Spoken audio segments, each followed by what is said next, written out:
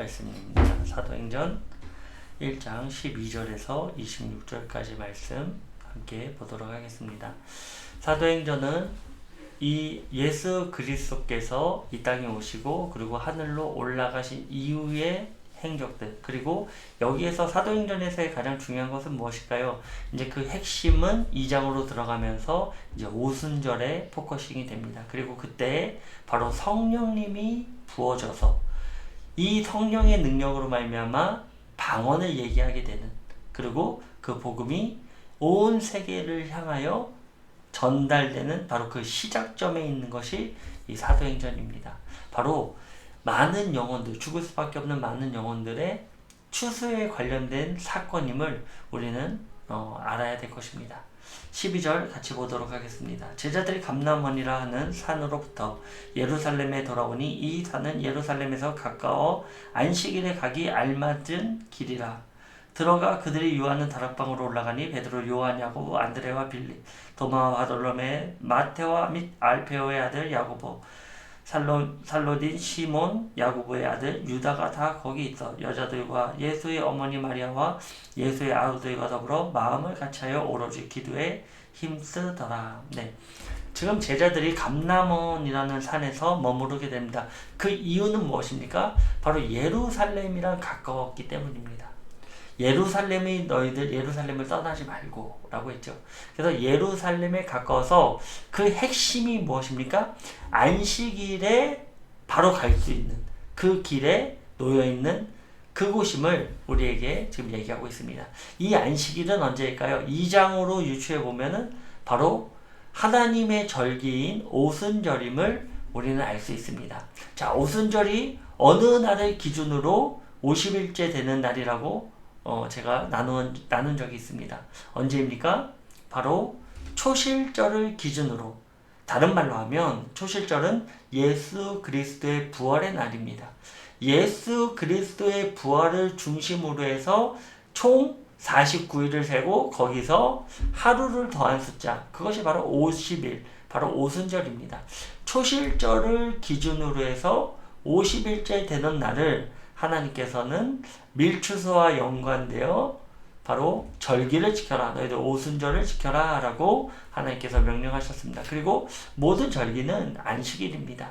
그래서 바로 예수 그리스도께서 몇 날이 못되어 내가 성령을 너에게 보내주겠다, 이미 제자들은 아마 알고 있지 않았을까요? 그 절기에 대하여 바로 유월절의 어린 양으로 예수 그리스도께서 십자가에 못 박혀 돌아가시고 그 돌아가신 완전함이 무교절을 통하여 완전하여졌다. 이제는 죄가 없다. 그 7이라는 숫자를 더함으로 말미암아 이제는 완전하게 죄가 사해지는 사건이 일어났다. 그리고 정확히 그 죄의 사망의 권세에서 승리는 언제 이루어지는 것입니까? 초실절에 부활의 첫 열매로서 하나님께 드려지는, 요제로서 드려지는 첫 열매로 예수님께서 드려지신 것입니다. 그 초실절을 기준으로 50일째 되는 날이 바로 오순절임을 우리는 알아야 될 것입니다.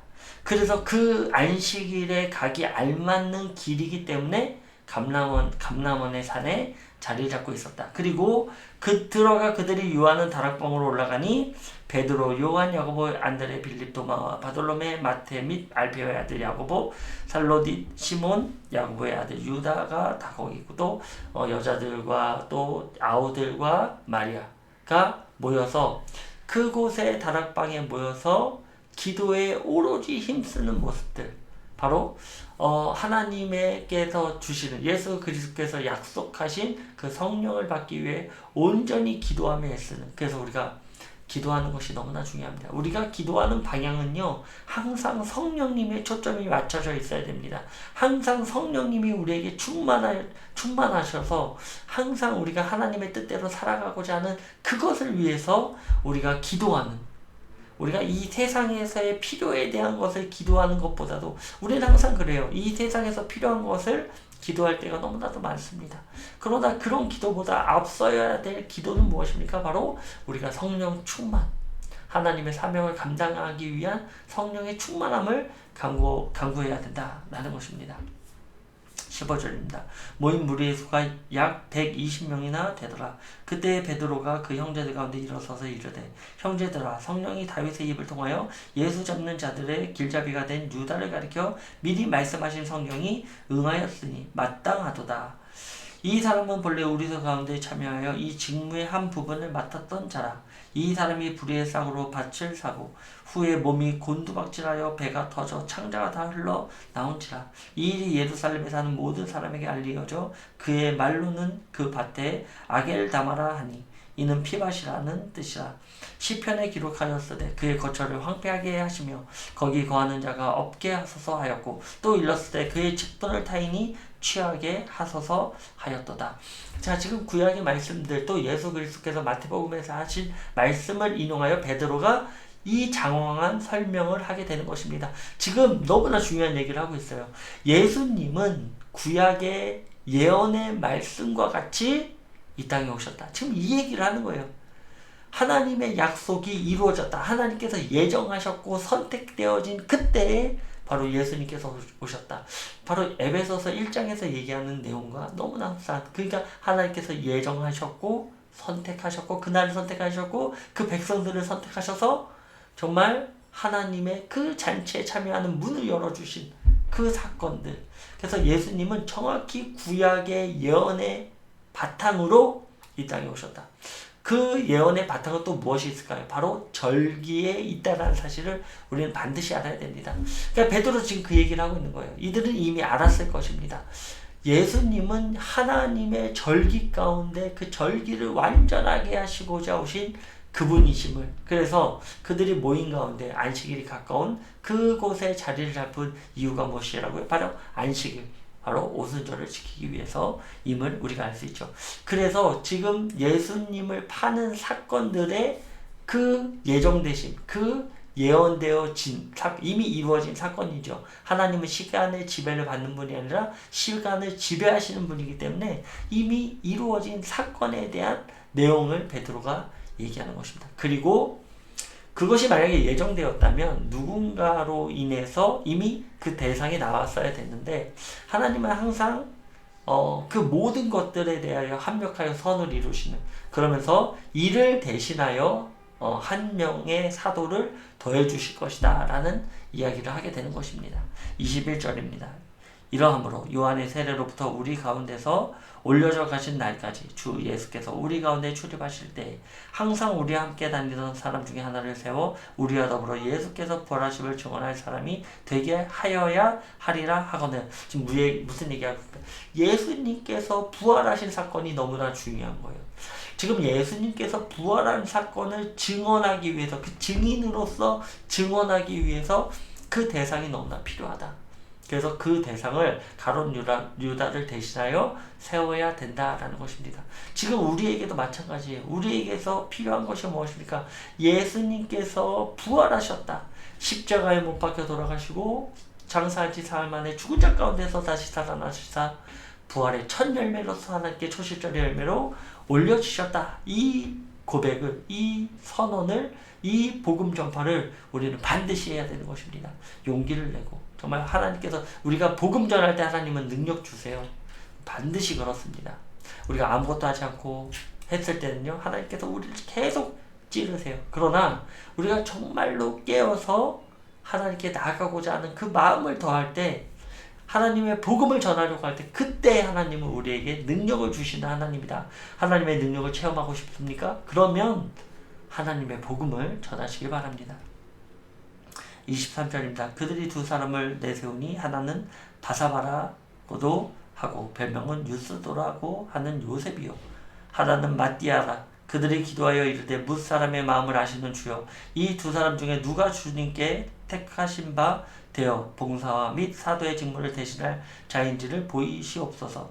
유다는 이 직무를 버리고 제 곳으로 갔나이다 하고 제비 뽑아 마띠아를 얻으니 그가 11 사도의 수에 들어가니라. 아멘. 그렇습니다. 이제 그 사도의 수에 들어가서 또 완전하여진 이 마띠아가 뽑히는 사건. 그러니까 우리가 그 빈자리에 들어갈 마띠아가 되었으면 좋겠습니다. 하나님의 복음을 전하기 위해서 그 수가 채워져야 될 터인데 그 수를 누가 채워야 될 것입니까? 바로 내가 채워야 될 것입니다. 내가 바로 그 마띠아가 되어져야 될 것입니다. 그러니까 우리가 이 사도됨의 사역들을 반드시 이루어내야 된다. 그렇다고 해서 신사도 운동을 얘기하는 것은 절대로 아닙니다. 우리는 사도의 역할이 무엇입니까? 다른 거 아무것도 없어요. 복음을 전하기 위한 능력. 우리가 복음을 전할 때 능력이 나타난다. 근데 요즘에 보면은 제가 반드시 피해야 되거든요. 어떤 능력이 나타난다라고 자랑을 하면서 결국 예수님의 모습, 예수님, 하나님의 이름이 그곳에 남는 것이 아니라 그 대상이 남는 것들. 어느 목사, 어느 선교사, 어느 선교사. 이것이 문제라는 거예요. 이것이. 오직 하나님만 드러나기 원합니다. 오직 예수님만 드러나기 원합니다. 그 자리에 내가 들어가는 순간 그때부터 바로 이단이 되는 거예요. 그때부터 사단의 사역이 시작되어지는 것입니다. 바로 우리가 이제는 하나님의 증인된 자로서 하나님의 말씀을 듣고 믿고 증인된 자로서 마띠아와 같이 이제 하나님의 말씀을 전하는 그 예정되어진 우리 모두가 되길 소망합니다. 하나님은요, 이 모든 사건 가운데 중심에 계시며 이 모든 사건, 모든 시간, 모든 역사를 다스리는 분이시다라는 것. 우리가 신을 어떻게 이해하겠습니까?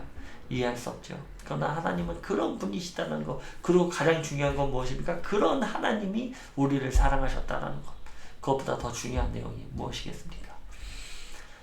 그렇습니다. 하나님의 말씀, 그 말씀하신 것 같이 이 세상에 이루어질 사건들, 오늘날에도 이루어지고 있고 곧 이루어질 사건들도 아직 남아 있습니다. 우리는 어떤 시대를 살아가고 있습니까? 분별함으로 말미암아 하나님의 뜻을 알고 그 가운데 말씀을 전하는 저와 모든 예배자 되시길 주님의 이름으로 축원드립니다.